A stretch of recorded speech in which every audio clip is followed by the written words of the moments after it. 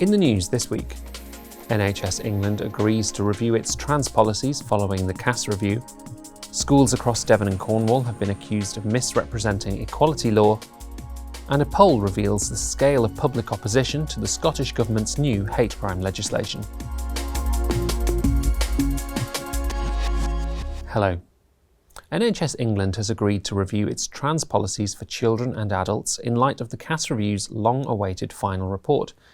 Dr. Hilary Cass found that giving trans drugs to children is based on remarkably weak evidence and urged the NHS to review its use of cross-sex hormones and ensure children receive a holistic assessment of their needs.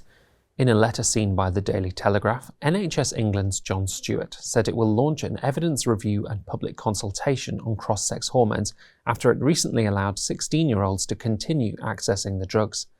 Scotland still allows young people to take both puberty blockers and cross-sex hormones, but former Tavistock's staff governor Dr. David Bell urged the Scottish Government to follow suit. One of the things Cass points out is that the ordinary canons of clinical judgment have been overtaken by gender ideology, and this is continuing in Scotland. Children are still being damaged in plain sight because of ideological capture instead of proper clinical evidence-based work. Schools across Devon and Cornwall are under fire for treating children as if they were the opposite sex without the consent of their parents. According to Protect and Teach, up to 3/4 of 600 school equality and trans policies misrepresent equality law. Anne Darras Trust, which runs 8 primary schools across the region, said schools could agree to withhold a child's LGBTQ+ identity from their parents, and for trips, staff are told to assign accommodation according to gender identity. The policies, some of which were published after the Department for Education's draft guidance in December, ignore the government's reminder that schools must not allow pupils who say they are trans to use toilets and changing rooms of the opposite sex. The Institute's Head of Education, John Denning, is here to explain more. John, lots of schools appear to be adopting the right approach, but others seem to be ignoring the DfE's guidance. What can be done to counter bad practice in schools?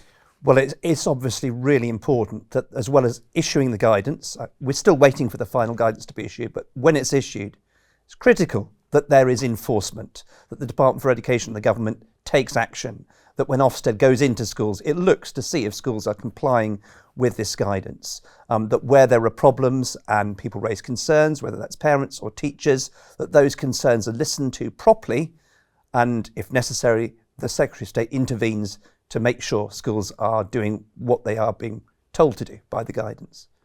Thanks, John. A new poll has shown clear public opposition to the Scottish Government's Hate Crime and Public Order Act. In a survey on behalf of the Alba Party of more than 1,000 Scots, almost half believed the legislation should be ditched, with only 1 in 5 in favour of keeping it. And significantly, almost 1 in 3 SNP voters said they wanted the Act to be abolished. David Threadgold, chairman of the Scottish Police Federation, described the scale of complaints received since the Act was implemented as simply unimaginable. According to Police Scotland, over 7,000 allegations of hate crime were reported in the first week of operation, of which only 240 were logged as hate crimes.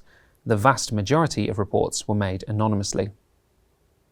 And finally, a baby diagnosed with a heart condition in the womb is now flourishing thanks to a pacemaker, all because her mum chose life.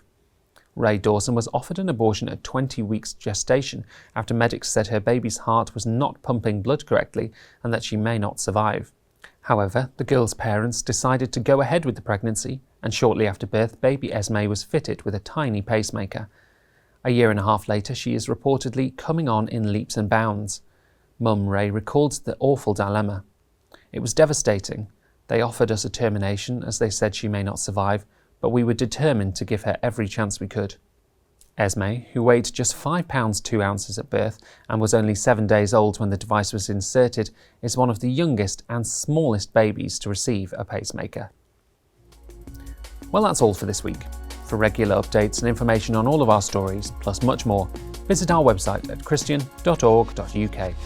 Until next time, goodbye.